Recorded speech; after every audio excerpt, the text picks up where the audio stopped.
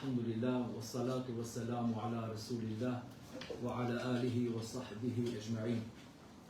E falemendrojmë Allahun Gjelleshanu me falemendrimet më sinqerta ashtu si që meriton lartëmadhëria e tij. Salavate dhe selamet të përzemër të i dërgojmë Muhammedit alayhi salatu wa salam, familjes së tij të pastër, shokëve të tij të ndershëm dhe gjithë atyre që e kanë ndjekur, ndjekin dhe do të ndjekin rrugën e Muhammedit alayhi salam deri në ditën e fundit. Pas falemendrimeve për Allahun Gjelleshanu dhe salavateve për Muhammedin alayhi salam, në takon që ta falemendrojmë Hafiz Jusufin, që na e bëri të mundur që t'jemi bashkërisht këtu në këtë mezhlis shumë të bereqetshëm, i cili në vite e vite të tëra ka dhënë një kontribut shumë të fuqishëm në ngritjen e vetdijes fetare të popullatës tonë këtu në qytetin tonë të dashur. Inshallah Allahu Gjelleshanu e shpërbleft hoxhën me shpërblimet më të çmueshme që i ka në madhërinë e tij. Allahu Gjelleshanu e shpërbleft edhe juve që keni qenë ndihmës dhe përkrahës të vazhdueshëm të hoxhës në këtë iniciativë, në këtë hap që është me vërtet mjaft i rëndësishëm, dhe e lutim Allahun Gjelleshanu që ashtu siç Allahu na ka bërë bashkë këtu në këtë mezhlis, inshallah Allahu Gjelleshanu të na bëj bashkë edhe nesër në xhenetet e tija, e që kjo padyshim se është edhe qëllimi dhe ëndra e çdo një besimtari të sinqert. Të flasish në këtë mezhlis është me të vërtet përgjegjësi shumë e madhe. Për arsye se fillimisht tu ligjeron Hafiz Jusufi, i cili me vite si shtam ka dhënë kontribut shumë fuqishëm, e kemi një prej hoxhallarëve shumë të përgatitur, ligjërues i një niveli shumë të lartë. Pastaj këtu e kemi edhe hoxhën tonë shumë të dashur, i cili është i ri për nga mosha, mirë po me perspektivë shumë të madhe, shpresa e qytetit tonë, hoxhën tonë të dashur Amarin, që Allahu Gjelleshanu inshallah i jep suksese në misionin e tij. Po edhe gjithë ato hoxhallarë që kanë ligjëruar në këtë mezhlis, që neve vazhdimisht i ndjekim dhe i shohim, prandaj edhe jo se do të themi diçka të re realisht, dhe nuk e themi nga modestia këtë, por me bindje shumë të sinqert, jo se do të themi diçka të re, mirë po spaku ta përkujtojmë njëri tjetrin, sepse vetë Allahu Gjelleshanu në Kur'anin famëlar na bën thirrje dhe thotë përkujtonja njëri tjetrin për arsye se përkujtimi i bën dobi besimtarit. Prandaj bashkë me hoxhën vendosëm që të flasim për një temë e cila ndoshta mund të jetë, sidomos për ju pasi që jeni të gjithë të ri këtu, mund të jetë edhe ndoshta me përfitim, e që është metoda e një muslimanit të suksesshëm duke u bazuar në traditën profetike, në shembullin e Muhammedit alayhi salatu wassalam. Pse është e rëndësishme të bazohemi në shembullin e Muhammedit alayhi salam, për arsye se Muhammedi alayhi salatu wassalam ishte njeriu më i suksesshëm që e ka njohur dhe e ka parë ndonjëherë historia e njerëzimit. Prandaj suksesin e Muhammedit alayhi salatu wassalam nuk e njohin vetëm besimtarët, sepse mund të thotë dikush ju jeni musliman, e keni për pejgamber Muhammedin alayhi salam, prandaj edhe ju takon që ta thoni këtë gjë. Mirë po realisht suksesin e Muhammedit alayhi salatu wassalam e njohin edhe ata që nuk janë musliman.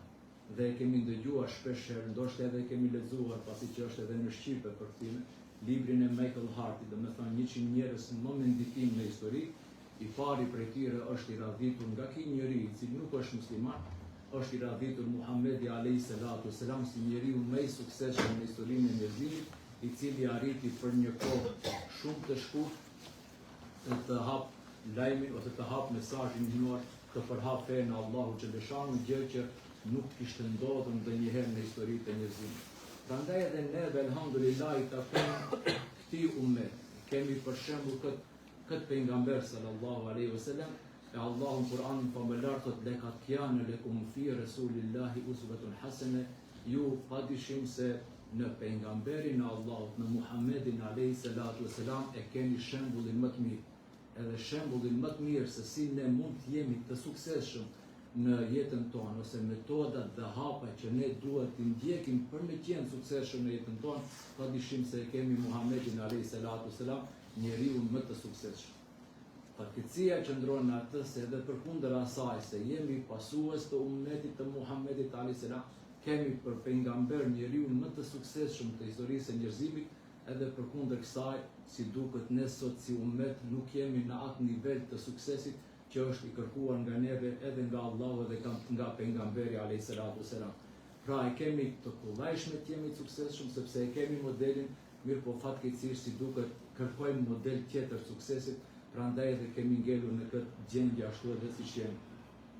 Tani që erdhi edhe vllau im drejton dikën në drejtori i halalit në përsin islam edhe më tepër ne vështërsoj ligjërimin, Allahu xhaleshanu të nderoj të nderuari vëlla për prezencën. Prandaj edhe duke u mbështetur në përvojën profetike të Muhamedit alayhis salam, do të mundohemi të përmendim disa metoda që i përdorte Muhamedi alayhis salam për të arritur suksesin e tij, ose ata cilësi që i kishte Muhamedi alayhis salam dhe që i garantuan atij sukses. Kuptohet se nuk kemi mundësi të përmendim të gjitha, mirë po do të ndalemi në disa prej tyre. E para dhe shumë e rëndësishme që shumica e dietarëve islam e radhitin atë më të rëndësishme, si cilësi që e posedonte Muhamedi alayhis salam në suksesin e tij, ishte integriteti moral dhe personal i Resulullahit alayhis salam. Integriteti i tij. Muhamedi alayhis salam ishte njeri me integritet personal dhe moral, edhe para pejgamberisë, edhe gjatë kohës kur filloi shpallja, edhe mbas shpalljes. Vazhdimisht pra ishte në kulmin e përsosshmërisë morale, ishte në kulmin e integritetit të tij personal. Prandaj edhe e kemi të njohur se Muhamedi alayhis salam njiheshte edhe para ardhjes së pejgamberisë, njiheshte si el-Emin, besniku i sinqertë. Dhe kjo i dha mundësi Muhamedit alayhis salam të integritet që ai e kishte, i dha mundësi që ai të jetë shumë i suksesshëm në rrugën e davetit. Prandaj edhe atëherë kur mushrikët e Mekës nuk ideologjikisht nuk pajtoheshin diçka me Muhamedit alayhis salam, nuk kishin me çka të akuzonin Muhamedit alayhis salam. Ndoshta nuk ja pranonin mendimin, ndoshta nuk e pranonin atë që i thirrte Muhamedi alayhis salam, mirë po nuk kishin mundësi të shpifnin dhe të akuzonin Muhamedit alayhis salam. Për arsye se kishte integritet të fuqishëm personal dhe moral. Dhe këtë Allahu xhaleshanu na e vërteton Kur'anin famëlar kur thotë: "Fa innahum la yukadhibunaka." Ata o Muhammed nuk të përgënjeshtrojnë ti. Pra mushrikët nuk të përgënjeshtrojnë ti, nuk e kanë problemin me ti. Lakin adh-dhalimin bi ayati llahi yajhadun. Zullumqtarët argumentet e Allahu xhaleshanu i muhajnë. Pra ato kanë problem me atë në cilën ti thret. Kam problem me mësimet e Allahu xhaleshanu, kam problem me ajetet e Allahut, kam problem me bindjen, kam probleme ideologjike me ty, mirë po ti nuk përgënjeshtron. Për arsye se ata e dinë se ti je njeri me integritet të fuqishëm moral dhe personal. Dhe këtë pra ja njihnin Muhamedit alayhis salam. E kemi ndëgjuar si rast kur Ebu Sufjani ishte te Herakliu në fillim të shpalljes të Kur'anit, dhe Herakliu e pyeti Ebu Sufjanin për Muhamedit alayhis salam, se si e ka njohur ata arab para se ai të bëhet pejgamber, dhe në mes tjerave tha: a ka qenë ndonjëherë i njohur Muhamedi alayhis salam në mesin tuaj, Muhamedi në mesin tuaj si gënjeshtar, si ka gënjur ndonjëherë? Ebu Sufjani, edhe pse nuk besonte në ato, tha asnjëherë nuk ka gënjur Muhamedi. Pra ishte i njohur se me të vërtetë ky njeri kishte integritet dhe kjo e bëni që ai të jetë i suksesshëm. Edhe ne sot, pa marrë parasysh se në çfarë fushë veprojmë, pa marrë parasysh se çfarë profesioni kemi. Nëse dëshirojmë të jemi të suksesshëm, duhet të kemi integritet moral, duhet të kemi besueshmëri, duhet të kemi vlera morale. Sepse zakonisht njerëzit të cilët arrijnë në suksese pa mos pasur integritet moral personal, suksesi i tyre është i përkohshëm. Dhe ne shohim se sot edhe shumë njerëz të prishur mundohen përmes mashtrimeve, përmes gënjeshtrave, përmes tradhtive të arrijnë diku mirë, por nuk kanë mundësi që ndrojnë gjatë atje ku kanë arritur, sepse nuk ka sukses të vazhdueshëm pa integritet personal dhe moral. Këtë na mëson neve Muhamedi alayhis salam. Prandaj edhe ky integritet që e kishte Muhamedi alayhis salam e bëri të mundur që edhe kur thirrja pra të haste në rezistencë, mesazhi të mos perceptohej si mashtrim, por si sfidë ideologjike. Pra, kur mushrikët nuk kishin mundësi ta pranojnë thirrjen e Muhamedit alayhis salam, ata e dinin se kjo nuk është mashtrim. Thjesht ata nuk ishin të gatshëm ideologjikisht që ta pranojnë atë që Muhamedi alayhis salam i thirrte. Prandaj integriteti, si thamë, është me një rëndësi shumë të madhe, sepse njerëzit zakonisht ndjekin tjetrin ma përpara për atë që ai është, sesa për atë që ai flet. Njerëzit na ndjekin neve për atë që ne jemi, jo për atë që ne flasim. Prandaj duhet shumë të rëndësi t'i kushtojmë asaj se kush jemi. Zakonisht tek neve, kur na ndëgjojnë tjerët teksa flasim, fjalët i kemi shumë të bukura. Mirë po realisht veprat nuk i kemi të atill, dhe kjo është rezultat i mungesës së integritetit personal. Neve vazhdimisht flasim se jemi kundër gënjeshtrës, jemi kundër mashtrimit, jemi kundër tradhtisë, jemi kundër padrejtisë, jemi kundër kësaj dhe kundër kësaj. Mirë po në anën tjetër i shohim se gjitha këto janë të përhapura në shoqërinë tonë. Kush i bën këto gjëra? I bëjmë pikërisht ata njerëz, na përfshi edhe neve aty, që i flasim këto të këqija, mirë po realisht nuk largohemi prej tyre edhe me veprat tona. Prandaj edhe në momentin që njeriu ka integritet moral, ai duhet të jetë i vetëdijshëm se njerëzit do të na ndjekin neve për atë që ne jemi, jo për atë që ne flasim. Muhamedit alayhi salatu wasalam e ndoqën për shkak të sjelljes së tij, e ndoqën për shkak të veprimeve të tija të mira, më shumë se sa për shkak të asaj që ai thirrte në të. Sa raste ka që janë i shkruan historia që e kanë pranuar Islamin vetëm duke e parë përshtatshmërinë morale të Muhamedit sallallahu alaihi wasallam. Prandaj edhe kur njeriu gjithashtu ka integritet të fuqishëm moral dhe personal, atëherë ka edhe guxim moral ndaj dukurive negative. Ai i cili ka integritet, ai është i guximshëm edhe ndaj dukurive negative që paraqiten në shoqëri. Ne shohim shpeshherë sa herë që paraqitet një dukuri në shoqëri, shumica e njerëzve heshtin. Pse heshtin? Për arsye se ai e din se edhe vetë nuk është i pastër për ta luftuar një dukuri negative. Ose ndoshta edhe ai është pjesë asaj dukurie negative të paraqitur në shoqëri. Prandaj edhe nuk ka guxim moral për ta luftuar të keqen. Ai që ka integritet të fuqishëm moral dhe personal, ai nuk mund të hesht përpara dukurive negative që paraqiten në shoqëri. Ai i cili ka integritet moral gjithashtu, ai asnjëherë nuk sillet me ashpërsi dhe keq ndaj atyre që janë më poshtë saj. Pra është interesant, ai që është i formuar është shumë i guximshëm përpara dukurive negative, përpara të keqes, mirë po është shumë i sjellshëm dhe i mëshirshëm përpara atyre që janë më poshtë saj. Keni pa zakonisht njerëzit që ndoshta tek neve llogaritën si suksesshëm, mirë po që nuk kanë integritet moral, keni pa sa janë të dhunshëm, sa janë agresiv ndaj atyre që janë më poshtë saj. Sa keq sillen ndaj atyre. Kjo është për arsye se ai ndoshta ka formuar pasuri, ka arritur dikundi në pozitë, mirë po nuk ka integritet. Përmendet si rast shumë i bukur me Henry Fordin, themeluesin e kompanisë Ford për shembull që është në Amerikë. Për të na bërë ai të qartë se sa e rëndësishme është integriteti moral.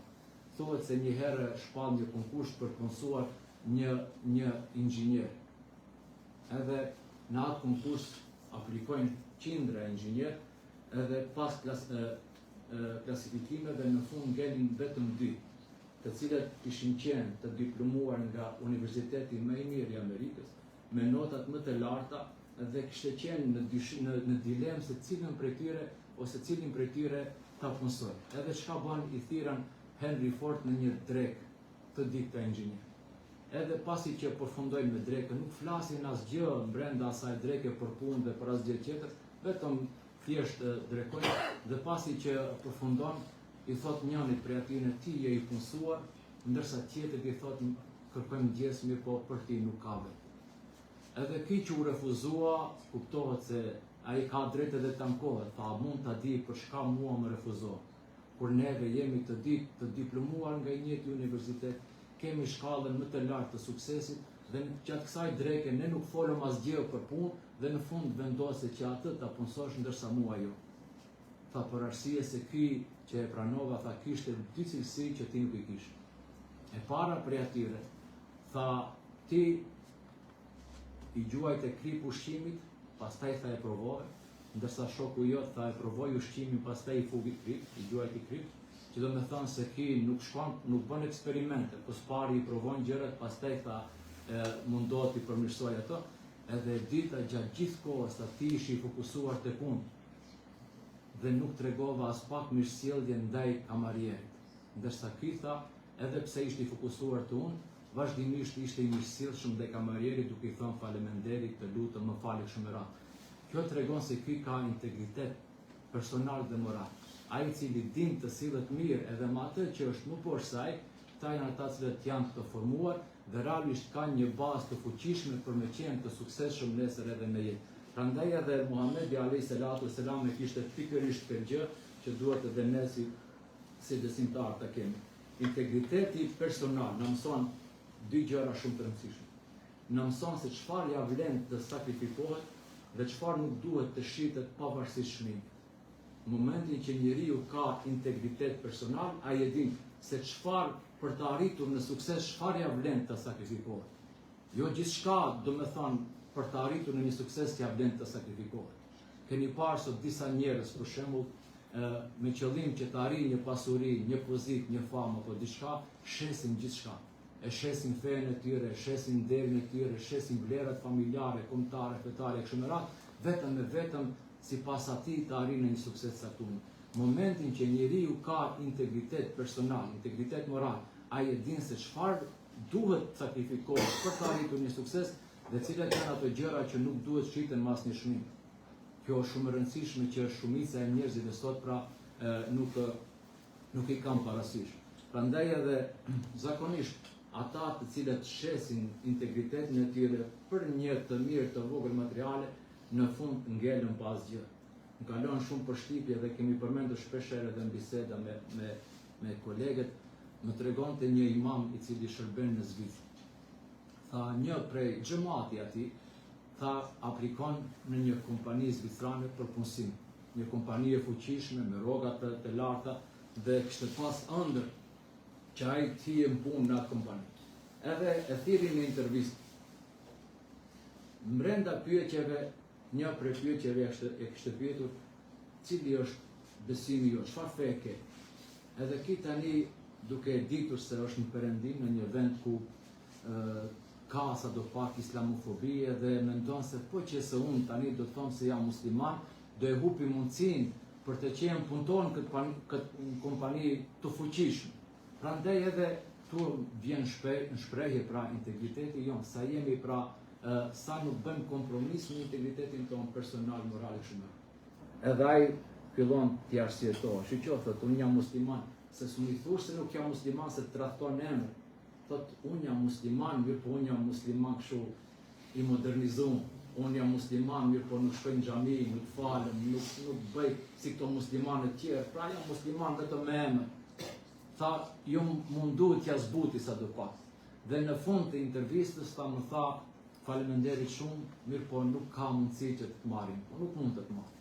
Tha unë përsëri, duke e ditur se feja është pengesa, i tha shqo, ama sinqerisht, unë nuk jam shumë musliman i fort, shumë musliman i devotshëm, unë jam vetëm shumë emër.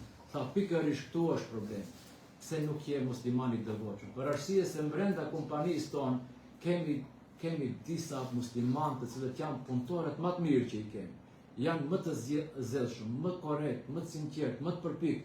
Prandaj kam frikë se nëse ti do të hish në punë me këtë islamin tënd laraman, do të më infektosh edhe ata muslimanë të tjerë dhe do të bëhen kështu si ti, prandaj më mirë do e ruajmë këtë pastërti që e kemi.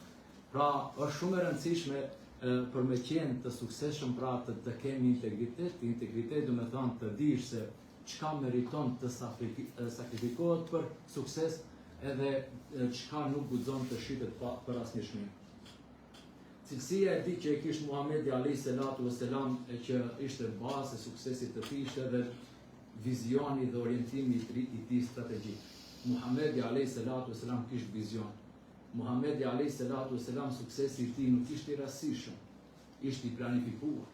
Dhe zakonisht të kesh vizion, të kesh plane për jetë, ndonjë prej muslimanëve mund të mendoj se kjo është në kundërshtim me caktimin e Allahut xhaleshan. Keni pa ndonjëherë kur i pyesim tri çfarë planesh ke për jetën, ku e sheh veten pas 5 viteve, pas 20 viteve kështu me radhë, ai thot sikur kështu me bindje, me devotshmëri, thot unë nuk bëj plane se Zoti i bën plane për mua. Dhe ai mendon se ai tamam e ka. Kjo është besim kadet. Realisht nuk është kështu. Pejgamberi alayhis salatu vesselam ishte njeriu që më shumë ishte mbështetur në Allahun xhaleshan. Mirë po kishte vizion për jetën e tij. Ai kishte bënte plane, dinte se ku do të jetë mbas një kohe. Thonte Muhamedi alayhis salatu vesselam, kjo fe do të arrijë atje ku arrin drita e diellit. Muhamedi alayhis salam pra në fillim të shpalljes, atëherë kur ballafaqohej me sulme të ndryshme, thonte Muhamedi alayhis salam, kjo fe do të arrijë atje ku arrin drita e diellit. Dhe ne sot e shohim, nuk ka vend qoftë edhe më të vogël sipërfaqe tokës që nuk ka islam aty. Muhamedi alayhis salatu vesselam mund ta mendoni bënte hijret Resulullah alayhis salam nga Mekka për në Medinë. Ikte nga vendindja e tij. Kishte lënë mbrapa shpinës së tij, shtëpinë e tij, pasurinë e tij, gjithçka, dhe shkonte në një vend që nuk e dinte çka do ndodhte me të. Duke qenë rrugës i vjen nga prapa Suraka, një njeri i cili atëherë ishte pabesimtar dhe kërkonte kokën e Resulullahit alayhis salatu vesselam, sepse mushrikët kishin caktuar një çmim shumë të madh për atë që ekzekutonte Muhamedit alayhis salam. Dhe kemi ndëgjuar shpesh këtë ngjarje në moment Muhamedi alayhis salam i thotë Surakës, ja Suraka, nëse më lën të lirë të shkoj dhe nuk i informon mushrikët për vendodhjen time, unë ti premtoj bilizikat e mbretit Kisra. Mbreti Kisra ishte mbreti i perandorisë perse, më e madhe perandori e kohës. Muhamedi alayhis salam ikën nga vendlindja e tij, kishte lënë mbrapa vetes së tij, shtëpinë e tij, pasurinë e tij, gjithçka, shkonte në një vend të panjohur për të, mirë po përsëri vizioni i tij shumë i lartë. Thonte, ja Kisra, nëse ti më lën të iki, të lirë, të shkoj në Medinë, dhe nuk i informon mushrikët për vendodhjen time, unë ti premtoj bilizikat e mbretit Kisra. Ja bënte me dije se perandoria më e madhe e kohës do të bjerë në këmbët tonë. Edhe mund ta mendoni në kohën kur Omeri radiallahu anhu ishte halife. Pra, më njëherë shoku i Resulullahit alayhis salam ishte halife, perandoria perse ra nën duart e muslimanëve. Edhe erdhën e sollën gjithë atë plaçkën që kishin marrë nga perandoria perse, e sollën te xhamia e pejgamberit alayhis salatu vesselam, kur i ra në dorë Omerit radiallahu anhu bilizikat e mbretit Kisra, hipi në mimber dhe thiri Surakën. Tha, ku është Suraka? Erdhi Suraka mbi 90 vjet në atë kohë, i mbështetur në shkopin e tij, dhe Omeri ia jep bilizikat që kishte premtuar Muhamedi alayhis salam. Dhe tha, o Suraka, Muhamedi alayhis salam e mbajti premtimin e vet. Dhe qajti Omeri, qajti Suraka dhe qajti gjithë sahabët. Pra, shiqoni çfarë vizioni Resulullah alayhis salam kishte. Dhe kjo i jepte sukses atij në misionin e tij.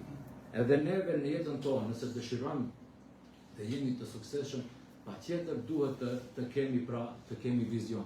Muhamedi alayhis salam edhe gjatë luftës së Hendekut, teksa hapte Hendek dhe ishte vend shumë me gur, dhe doli një gur i madh që nuk mundshin sahabët ta thënë atë. Muhamedi alayhis salam i mshoi një herë dhe dolën nxiza prej atij guri, tha Muhamedi alayhis salam, Allahu Ekber, u çlirua Rom. Pastaj përsëri pejgamberi sa edhe një herë goditi, përsëri kur dolën nxiza, tha Allahu Ekber, u çlirua Persia. Pra, subhanallahu, çfarë njeriu ishte ky? Pra ishte i rrethuar nga mushrikët në gjithë anët, ndërsa ai thonte u çlirua Persia, u çlirua Roma e kështu me radhë. Ky pra ishte ai vizion që i jepte fuqi Muhamedit alayhis salatu vesselam për të qenë i suksesshëm në misionin e tij. Prandaj edhe neve si besimtarë gjithmonë themi, nëse duam të jemi të suksesshëm në jetën tonë, padyshim duhet kemi vizion, duhet kemi qëllim, duhet kemi strategji, ku dëshirojmë të arrijmë, çka dëshirojmë të arrijmë, sepse në momentin që neve kemi vizion, çka na ndihmon kjo? E para na bën që të përqendrojmë mendjen tonë. Kur ke vizion, ti gjithë kapacitetin tënd intelektual e drejton drejt atij vizioni. E dyta, e strukturon kohën. Nuk e humbën kohën gjëra të dytësore, por gjithë kohën tënde e fokuson për të arritur realizimin e vizionit tënd, dhe e treta, e disiplinon energjinë. Gjithë fuqinë tënde e harxhon aty ku ke vizion. Momentin kur mungon vizioni, atëherë përpjekjet tona shpërndahen, prioritetet tona ngatrohen, atëherë nuk dim se cila është më prioritative momentin kur nuk kemi vizion, edhe lodhja rritet, ndërsa rezultati zhvoglohet. Momentin që s'kemi vizion, vetëm lodhemi, mirë po nuk kemi rezultat.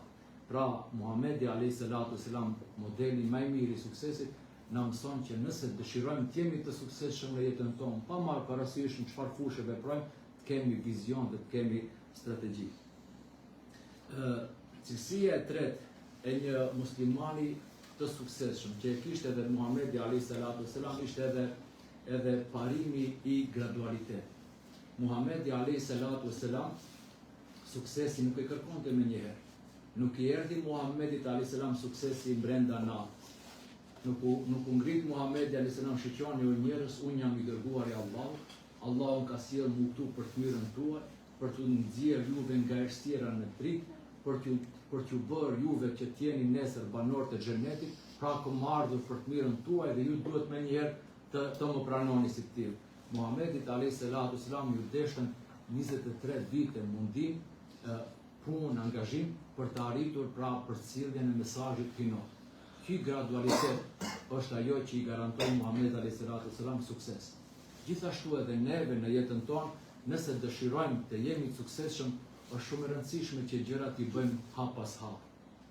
Ne duam me njëherë suksesin të arrijmë.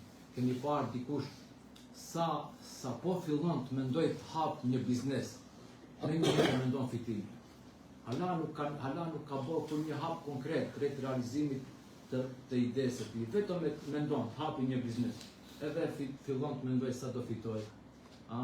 Fillon të ndroj kur do bëhet bos, kur njerëzit do punojnë për atë. Hala s'ka nis. Drejt e fillon e mendon fundi.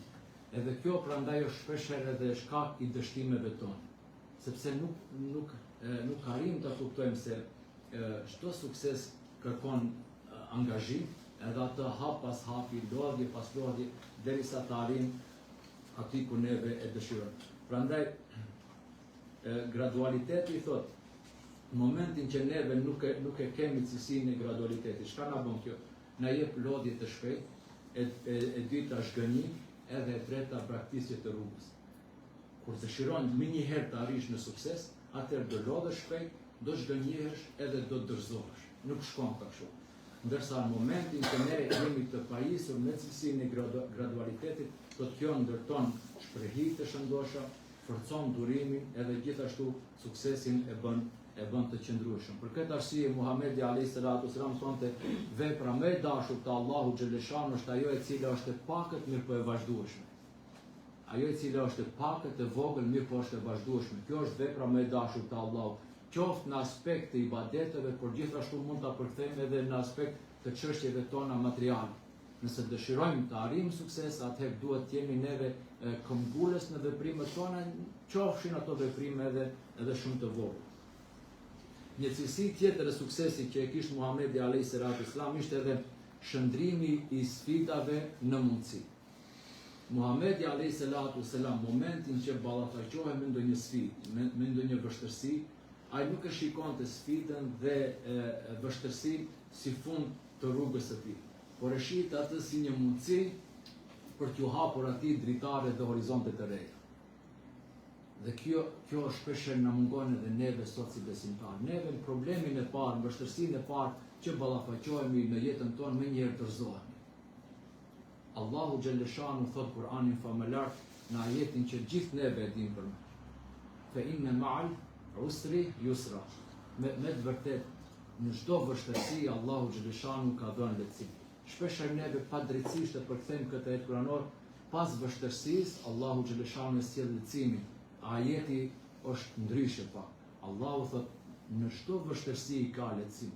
Pra, sa herë që Allahu xhaleshanu të nxjerr një sfidë përpara vetes tënde, sa herë që Allahu xhaleshanu të nxjerr një vështirësi para vetes tënde, dije se brenda asaj vështirësie dhe sfide ka shumë mundësi, ka shumë mënyra për të mësuar ti se si t'ja dalësh, që te kalosh dhe dalësh më i fuqishëm. Shiqoni, i bën një koment shumë të fuqishëm këtij ajeti kuranor Numan Ali Khan. Është një pakistanes që vepron në Amerikë dhe ndoshta do të jetë interesante edhe për ju. Allahu xhaleshanu kur e përmendën usrin, vështirësi, e përmendën me një shquese el.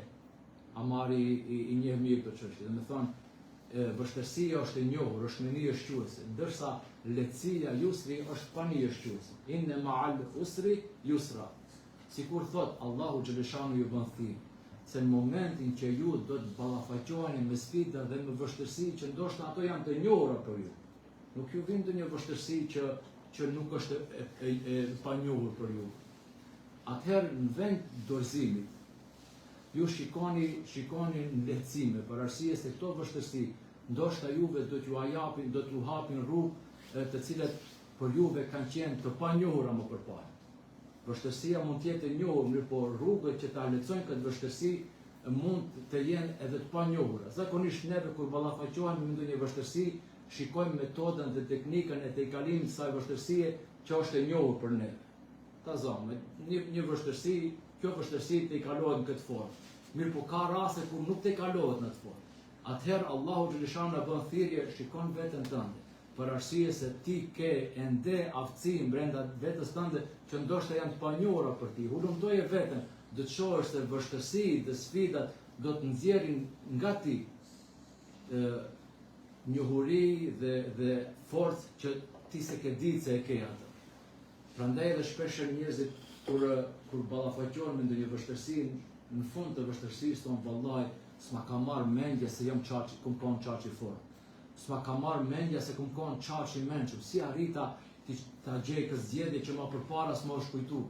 Kjo është shumë për arsye se Allahu xhaleshanu nuk ta jep një vështirësi vetëm se për të zgjuar tek ti aftësi që ndoshta ti si ke njohur më përpara si i ke. Prandaj edhe shpesh Islami na mëson, ashtu si edhe pejgamberi sallallahu kishte përcjellsi që sfidat në rrugën e suksesit neve t'i shohim si një mundësi për t'u ngritur edhe më lart.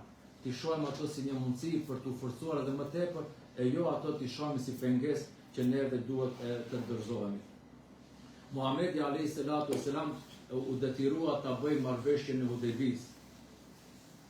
Dhe pas nënshkrimit të marrëveshjes së Hudejbis të pejgamberit sallallahu me mushrikët, shumica e besimtarëve, shokëve të pejgamberit alayhi salam, prej tyre edhe Omeri radiallahu anhu, e kundërshtuan Resulullahin alayhi salam. Menduan se kjo marrëveshje është në dëm të muslimanëve dhe shikim të parë ashtu duket, sepse ishte në disfavor të muslimanëve. Mirë po Muhamedi alayhi salatu wasalam shihte ndryshe. Ai në çdo vështirësi e shihte mundësi. Prandaj edhe e pranoi të nënshkruaj sepse me të vërtet pastaj edhe Ibn al-Qayyim al-Jawzi thotë fitoria më e madhe e Muhamedit alayhi salam ishte marrëveshja e Hudejbis dhe kjo u dëshmua se pas marrëveshjes së Hudejbis Islami u përhap me të madh. Edhe pse dukeshte fillimisht se është një sfidë, është një vështirësi, është në dëm të muslimanëve, realisht Muhamedi alayhi salatu wasalam këtë e shndroi në mundësi. Numri më i madh i atyre që e pranuan Islamin ishte pikërisht pas marrëveshjes së Hudejbis, për arsye se Islami përhapet më shumë në ambient paqe. Islami nuk e don dhunën, nuk e don luftën. Këto janë pengesa për përhapjen e Islamit. Në ambient paqe, në ambient dije, në ambient shkence, këto janë ata që Islamit i japin frym që ajo të zgjerohet. Prandaj edhe Muhamedi alayhis salam duke e ditur këtë, edhe pse fillimisht marrëveshja dukeshte se është në dëm të muslimanëve, Muhamedi alayhis salam e shndroi atë që të jetë në favor dhe në dobi të atyre. Për këtë arsye, sfidat kanë shumë dobi. E para, sfidat në nxjerrin neve në padupsitë tonë. Neve ndonjëherë kur jemi në atë zonën e komfortit, mendojmë se tamam, unë jam mirë, unë jam i aftë, unë jam kështu, unë jam ashtu. Mirë, por në momentin që ballafaqohem me një sfidë, me një vështirësi, atëherë kjo na nxjerr në pamangësitë tonë. Gjithashtu edhe sfidat na detyrojnë që neve të rishikojmë metodën. Në momentin që ballafaqohemi si shtamë një vështirësi, e provojmë një metodë, nëse s'bën, e provojmë metodën tjetër, derisa ne të arrijmë ta tejkalojmë atë sfidë, atë vështirësi dhe të arrijmë në sukses, edhe gjithashtu sfidat hapin rrugë të reja kreativiteti. Në momentin që ti ballafaqohesh me pengesa, kjo të bën që të bëhesh më kreativ, të mendosh më ndryshe. Jo tamam si puna e Thomas Edisonit. Kishte bërë më tepër se 100 tentativa për zbulimin e poçit elektrik. Dhe kishin pyetur si ndjehesh pas 100 tentativave. Kishte thënë ndjehem shumë krenar, për arsye se kam kursyer botën nga 100 metoda që janë të padobishme. Pra ndjehem i suksesshëm për arsye se spaku e kam kursyer botën që këto 100 metoda që i ka përdorur Thomas Edison janë pa suksesshme. Ju mos i provoni, shiqoni ndonjë metodë të re. Pra sfidat bëjnë t'jesh më kreativ. Nëse s'bën një metodë, provoj një tjetër. Nëse s'bën kjo tjetra, provoj deri kur të t'ja dalish. E Allahu xhaleshano ka premtuar se me të vërtet pas çdo vështirësie ose me çdo vështirësi do të vjen edhe lehtësimi, e jonë është ta gjejmë metodën dhe mënyrën e duhur. Sfidat e zbulojnë se kush ka vizion, kush ka durim, edhe kush është i gatshëm që të rritet. Neve këtë duam, kemi sukses, këtë duam të bëhemi, domethënë si përmarrës, të bëhemi firmarie ku diçka, ama duhet ta dimë se kjo ka vështirësi. Rruga e suksesit është e shtruar me gjëmba, nuk është me tepik të kuq. Prandaj edhe sfidat mësojnë se ti duhet të kesh vizion, duhet të kesh durim, edhe duhet të jesh i gatshëm që të rritesh. E për të rrit duhet ta paguash çmimin, e çmimi shpeshherë është pra ballafaqimi me vështirësi të ndryshme. Gjithashtu një metodë tjetër e suksesit që e kishte Muhamedi alayhis salatu wassalam, që edhe ne si besimtar duhet ta kemi, është edhe ndryshimi i vendit e veprimit. Pra, Muhamedi alayhis salatu wassalam nuk rinte, për shembull, nëse s'kam sukses në këtë vend, edhe duhet ngelem aty, ndryshoje vend, ndryshoje strategji. Këtë e bani Muhamedi alayhis salatu wassalam me hijret. U mundua 13 vjet për përhapjen e fjalës së Allahu xhaleshanu në Mekë, dhe e pranoi Islamin vetëm një numër i vogël, u ballafaqua me sulme të ndryshme, maltretime e shumërat. Allahu xhelalu i tha Muhamedit alayhis salam se toka e Allahut është e gjerë, bën hijret. Nëse nuk mundesh këtu të zhvillohesh, shikoj në vend tjetër. Dhe Muhamedi alayhis salatu wasalam lëvizi nga Meka në Medinë, dhe aty padyshim se u gjet një vend i përshtatshëm dhe shumë pjellor për mbjelljen e farës së Islamit. Pra, edhe neve shpeshherë në jetën tonë, nëse nuk jemi të suksesshëm në një sferë, nuk do të thonë se duhet ngelemi aty. Mund të lëvizim, mund të provojmë gjëra të reja, mund të provojmë strategji të reja kështu me radhë. Ndonjëherë neve kemi vlera, mirë po vendi ku jemi ne nuk është i përshtatshëm, nuk ka mundësi të na i njohë aftësitë dhe vlerat tonë. Është shembull shumë i bukur i asaj me shishe me ujë, ka thonë. Keni pa e njëjta shishe me ujë në magazin është për shembull 10 denar, në market do e blesh 20 denar, në kafe do e paguash 50 denar, nëse shkosh në aeroport do e paguash 150 denar. E njëjta shishe me ujë është, mirë po ndryshon vendi, dhe vendi jep vlerë produktit. Prandaj edhe neve ndonjëherë mund të jemi me vlera, mirë po vendi ku jemi nuk na njeh këto vlera, nuk kemi mundësi të rritemi. Lëviz pak.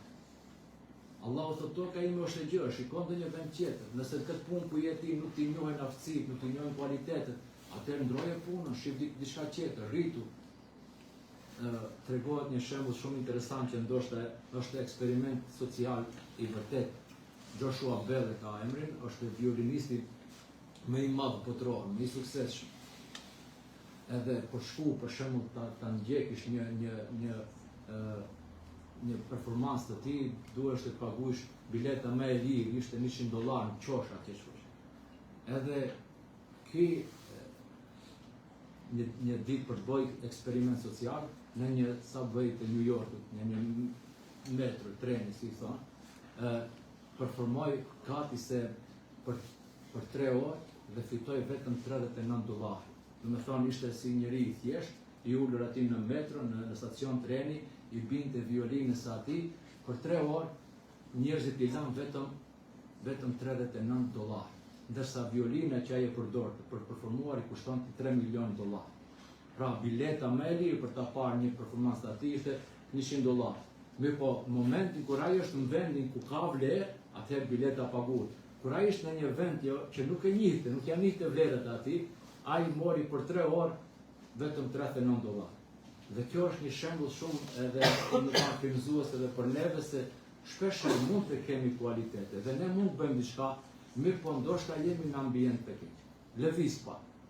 Keni pa dikush ndoshta nuk mund të arrijë suksese për shkak se rrethi, ambienti ku jeton gjithmonë në shtyp, nuk i jep mbështetje. Ndonjëherë mund të jetë shoqëria, mund të jenë shokët, ata të cilët pengojnë progresin dhe suksesin tënd. Prandaj lëviz. Ne kemi dëgjuar hadithin që pejgamberi alayhis salatu selam na informon për atë që kishte jetuar përpara ummetit ton, që i kishte vrarë 99 persona. Dhe kur kërkonte taube i dituri i tha, për ti ka taube, mirë po duhet largohesh nga ky vend. Ky vend ku ti je është vend i keq. njerëzit e këtij vendi janë të këqij, nuk ka mundësi të pendohesh, nuk ka mundësi të afrohesh Allahut nëse vazhdon t'jetosh në këtë vend. Ndroje vendi. Shko në një vend tjetër ku aty adhurohet Allahu xhaleshan. Pra edhe neve ndonjëherë nëse jemi të izoluar nga një vend që nuk na i njeh vlerat, nga një shoqëri që na pengon që neve të jemi të suksesshëm, lëviz pak.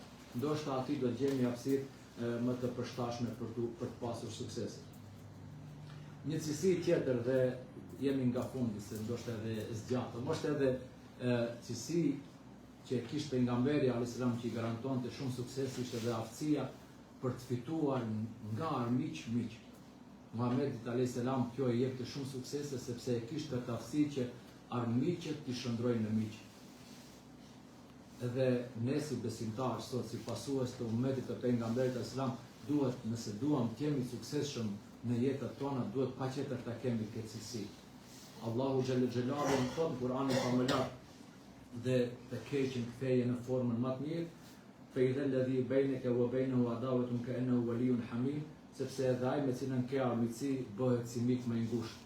Shpeshherë ndodhen për shembull dikëndin që ndoshta e ke pas shumë armik, ke pas armiqsi me të mirë, por nëse arrin ta përfitosh atë, bëhet përkrahas jot më i madh, bëhet mbështetës jot më i fuqishëm. Muhamedi alayhis salatu wassalam e kishte këtë aftësi. Shqonja një shembull që është përmendur shpeshherë. Ishte një jahudi dhe nga të diturit e jahudive, Zeid ibn Sunehu, ishte nga rabinët, i njohur si mirë të Tevratit. Dhe ai kishte dhënë bosh Muhamedit alayhis salatu wassalam. Dhe ende pa mos ardha fati i kthimit të borxhit, shkoi ky njeri te Muhamedi alayhis salam edhe e kapi i fuqishëm pejgamberin sallallahu për teshët e tij, filloi ta shtrëngoi dhe ta nënshmoi Resulullah sallallahu alaihi wasallam, duke thënë ju familja Abdul Muttalibit e keni zakon që ta vnoni borxhin e disa muhabete tjera. Omeri radiallahu anhu kur e pa këtë ngjarje, ashtu siç ishte Omeri nga natyra e tij, menjëherë u vërsul dëshironte që ta ekzekutoj këtë njeri. Omeri radiallahu anhu, pejgamberi alayhis salam e ndali Omerin e tha, Omer, tha duhet mu të më këshillosh që ta kthej borxhin, ndërsa këtë duhet ta këshillosh që ta kërkoj borxhin në formën më të mirë të mundshme. Shko tha në shtëpinë time dhe laja borxhin këtij njeriu dhe shtoja diçka më tepër nga borxhi për arsye se e ke fiksuar. Shiqoni çfarë sjellin Muhamedi alayhis salam. Edhe kur e bani këtë Muhamedi alayhis salam, atë ky e tha shahadetin dhe tha i kumpate Muhamedi alayhis salam gjitha cilësitë që janë të përshkruara në librin tonë përveç dyve. E para për tyre butësia përballë ashpërsisë edhe mirësia ndaj vrasësisë. Pra sa më i ashpër thjesht, aq më i butë është Muhamedi alayhis salatu wassalam, edhe sa më i vrazhë thjesht, aq më shumë mirësi ta kthen Muhamedi alayhis salam. Pra këta si kisha pa, sot edhe këto i pash. Prandaj edhe dëshmoj se nuk ka zot tjetër përveç Allahut dhe se Muhamedi alayhis salam është rob i dërguar i tij. Pra Muhamedi alayhis salam ishte i suksesshëm për arsye se e kishte këtë aftësi. Nga armiq të fitoj miq. Edhe ne sot nëse duam të jemi të suksesshëm, është shumë e rëndësishme që të mundohemi të përfitojmë zemrat e njerëzve. Nuk është i suksesshëm ai i cili ka arritur shumë pasuri, ka arritur famë. I suksesshëm është ai i cili ka arritur që të përfitojë zemrat e njerëzve. Për këtë arsye dhe Muhamedi alayhis salatu wassalam thonë të unë garantoj një shtëpi në mes të xhenetit atij i cili heq dorë nga debati edhe nëse ka të drejtë. Nëse ndonjëherë ke hyrë në debat me dikëndje dhe ti ke 100% të drejtë, mirë po je i sigurt se nëse e vazhdon debatin, ti do e fitosh atë debatin, mirë po do i ndrojsh atë vllau me cilën je duke debatu dhe për ta ruajtur këtë lidhje heq dorë tek saj, Allahu pejgamberi sa ta garantoj një shtëpi në xhenetin, sepse ta fitosh zemrën e dikujt është më e rëndësishme se sa ta fitosh debatin me dikën. Edhe pejgamberi alayhis salatu wassalam si thonte, kurora e moralit islam është që ti mbajsh lidhjet me atë që i ka shkëputur lidhjet me ty, ti japish atij që nuk të jep, edhe që afalish atij që të bën padrejti. Kjo i jep të sukses Muhamedit alayhis salam. Për arsye se ai i mbante lidhjet edhe me atë që i ka shkëputur lidhjet me Muhamedit alayhis salam. I jepte edhe atij që nuk i jepte Muhamedit alayhis salam dhe ja falte atij që i bënte padrejti. Prandaj edhe neve, nëse dëshirojmë pra ta kemi atë sukses deri diku që ka pas Muhamedi alayhis salatu wassalam, është shumë e rëndësishme ta kemi këtë cilësi për arsye se shikoni se është interesant. Momentin kur neve kemi armiqësi dhe nuk tentojmë që armiqt i kthejmë në miq, çka bëjmë? Njeriu që vazhdimisht është në armiqësi mendon për reagimin dhe jo për zhvillimin. Ata që janë të mbushur me armiqësi dhe vetëm mendojnë për armiqësinë, ata thotë ai mendon për reagimin dhe nuk mendon për zhvillimin. Ai nuk mendon si të jetë i suksesshëm në jetë. Ai mendon se si t'ia kthej, si t'i kundërpërgjigjet, si t'i hakmerret atij që ka armiqësi me të. Dhe thotë merret me kundërshtarin dhe jo me projekt. Në vend që ai të mendoj se si të ecë përpara, bëj projekte për jetën e tij, ai bën projekte se si t'i hakmerret kundërshtarit të atij, edhe shpenzon energji në gjëra negative e jo në ndërtim dhe zhvillim. Pra gjithë energjinë e tij, kapacitetin e tij intelektual e harxhon në gjëra të padobishme e jo se si të ndërtohet dhe të zhvillohet në jetën e tij. Për këtë momentin që neve çlirohemi nga armiqësia, edhe i shndrojmë armiqt tonë në miq, neve realisht i kemi bërë dobi shumë të madhe vetes tonë, për arsye se atëherë i kemi dhënë hapësirë që gjitha energjinë tonë, fuqinë tonë, edhe aftësitë tona intelektuale t'i drejtojmë drejt suksesit tonë e jo të merremi pra me gjërat që na pengojnë që ne të jemi të suksesshëm. Edhe fundit është nëse duam të jemi suksesshëm, pasi që i marrim të gjitha këto masa, të mbështetemi në Allahun xhaleshah. Dhe ta dim se wama tawfiqi illa billah, suksesi nuk vjen vetëm se prej Allahut xhaleshah. E jona është që ne do t'i marrim masat, e jona është që ne të veprojmë, të bëjmë plane, të aktivizohemi për të arritur suksese, dhe në fund ta dim se suksesi përsëri është në dorë të Allahut xhaleshah dhe se nuk mund të arrijmë askundi me aftësitë tona dhe me mundësitë tona, po që sa Allahu xhaleshah nuk na i hap rrugën. Kjo është shumë e rëndësishme. Në momentin që ne mbështetemi me zemrën tonë Allahun xhaleshah, e largon mendjemasi nga vetja jonë, e dim se suksesi nuk është nga ne, po është nga Zoti, edhe gjithashtu ne largon mërzinë. Nëse nuk mund të arrijmë diku neve kemi synuar, pasi që kemi dhënë shumë mund për të arritur aty, fund mbështetemi te Allahu dhe themi se kaq pas ka qenë e caktuar. Kaq pas ka qenë kismeti jem. Kjo të jep paqe shpirtërore dhe shumë të rëndësishme. Fatkeqësia shumë e madhe sot edhe tek disa besimtarë është se suksesin e tij janë veshën vetes së tij. Thotë unë kam arritur suksese për arsye se unë jam shumë punëtor, jam shumë i aftë, jam shumë i ditur, ndërsa dështimin e tij janë mbështeten caktimit të Allahut xhaleshah. Kur dështon thotë s'kam çfarë bëj, kështu pas ka qenë shtrume, kështu pas ka dash Zoti. Pra suksesin thotë unë e kam arritur, ndërsa dështimin janë mbështet caktimit të Allahut, e ne duhet ta dimë se nuk ka sukses vetëm se me Allahun xhaleshah. Dhe inshallah Zoti na jep suksese të gjithëve. Inshallah të jemi prej atyre që punojnë fuqishëm për të pasur një vizion të lartë në jetën tonë, që Allahu xhaleshah na bëj suksesshëm fillimisht në këtë botë, për suksesi më i madh i çdo njëri prej neve dhe vizioni më i lartë i çdo njëri prej neve duhet të jetë arritja e kënaqësisë së Allahut xhaleshah dhe arritja e xhenetit. Për arsye se nëse kemi qenë shumë suksesshëm këtë botë, mirë po e humbim botën tjetër, kjo është humbje, nuk është suksesi i vërtet. Prandaj thotë Allahu xhaleshah, ai i cili shpëton nga zjarri i xhehenemit dhe hyn në xhenet, faqat faz, ky është fitimtari i vërtet, ky është i suksesshëm i vërtet, ai i cili pra arrin që të shpëtojë edhe në botën tjetër. Allahu xhaleshah na bëft nga të shpëtuarit. Walhamdulillahi rabbil alamin. Allahu nderoj